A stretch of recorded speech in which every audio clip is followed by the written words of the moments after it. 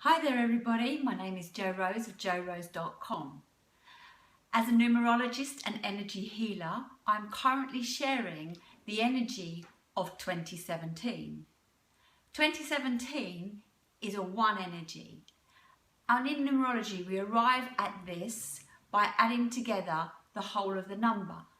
So 2017 is 2 plus 0 plus 1 plus 7 is 10. 1 plus 0 is 1. We always reduce down to the single digit, except for master numbers, and that will be discussed in future videos. But for this, we're reducing down to single digit. So for the universe, what does it mean being in a 1 year? A 1 year is all about new beginnings, fresh start, action, individuality, inventiveness, inventor, engineer, pioneer. It's all about just new and being out in front, so being a leader. I'm sharing this information because we all have the benefit of the energy of the one this year. Now, what makes September even more valuable is that September for the universe is a personal 1 month. So we have double whammy of that one energy. So if there is anything new that you would like to create, start, invest your time in, a thought, a seed, a dream or something, now is the time to really sow that seed. And I was having a conversation with my son earlier today, who is in a personal year 1. We'll start a new course tomorrow. Yay! One of the children are going back, so I'll have some of my time back. But he's in a personal year 1. And I was explaining in his 2 year that he's doing how to use the numbers. So I suggested, as he was back in September, start creating seeds. That's not just for him because he's in a 1 energy. I'm saying this to you. And today I'm talking about the personal 6 energy.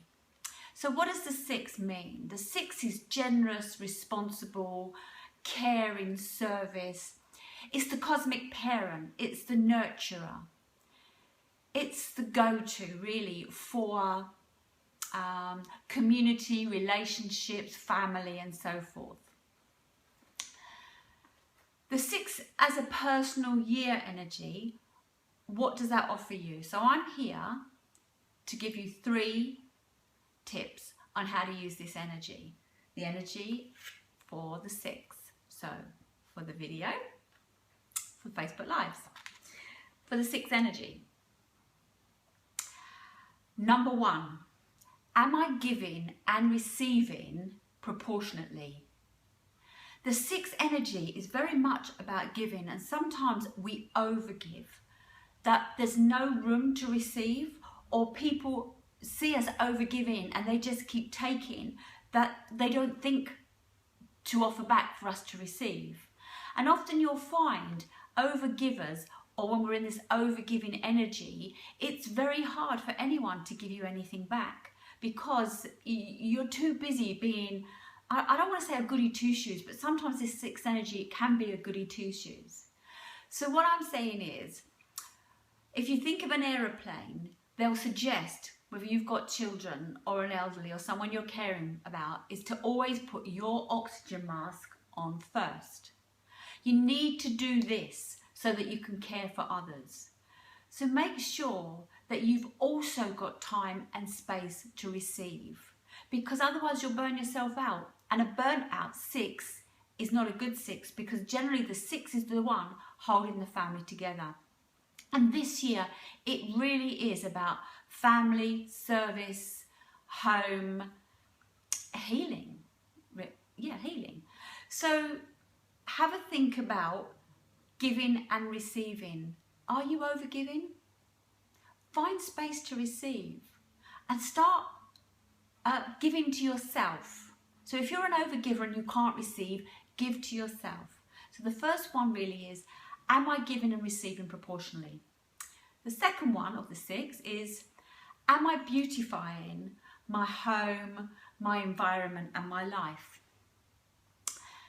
The 6 energy is really, as I said, about home. And so home is where you go on a daily basis. It's where you wake up and it's where you go to sleep.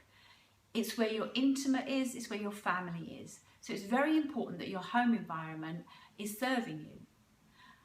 There's a man I love, Dr. Bruce Lipton, and he's always talking about our behaviour or our makeup is not due to our genes, but the environment we put ourselves in. So if your home environment is not serving you, if your relationships at home are not grounding you, you really need to spend this time, this year, making sure it happens. So bearing in mind we're in a 1 energy, what can you do in your home environment? This is a good year to move because the 6 energy is really about the home. So finding a home or a marriage, it's great in this year. So if you're thinking of tying the knot, I know we've only got a few months left, but move, it's a good time. Declutter your home because clutter creates stagnant energy. Many cultures have spring cleaning and closing down for winter, and what they're doing is they're changing the energy in their surroundings. So in winter, if we think of the home, it's all locked up and the energy can become stagnant.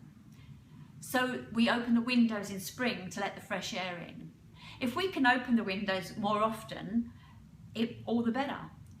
Energy needs to be moved around the house. And this is where children and pets come in useful because they're always moving around the house.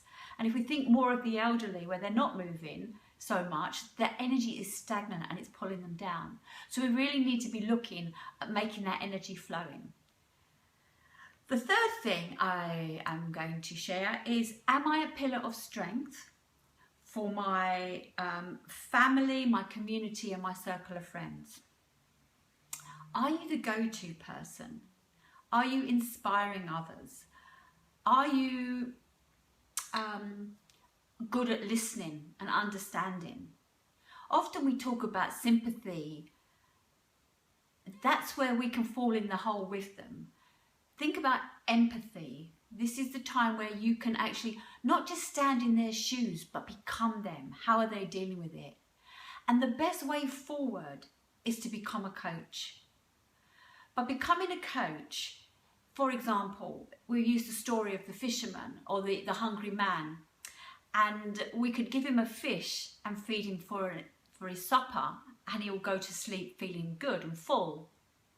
However, tomorrow he'll have the same problem. Whereas if we give him a fishing rod and teach him to fish, then he can keep feeding himself, his family and his community. And this is very much a 6 energy. To be there as a pillar of strength, you need to be there without judgment or criticism, because you want people to be able to open up and come to you. You need to give them love, guidance through coaching.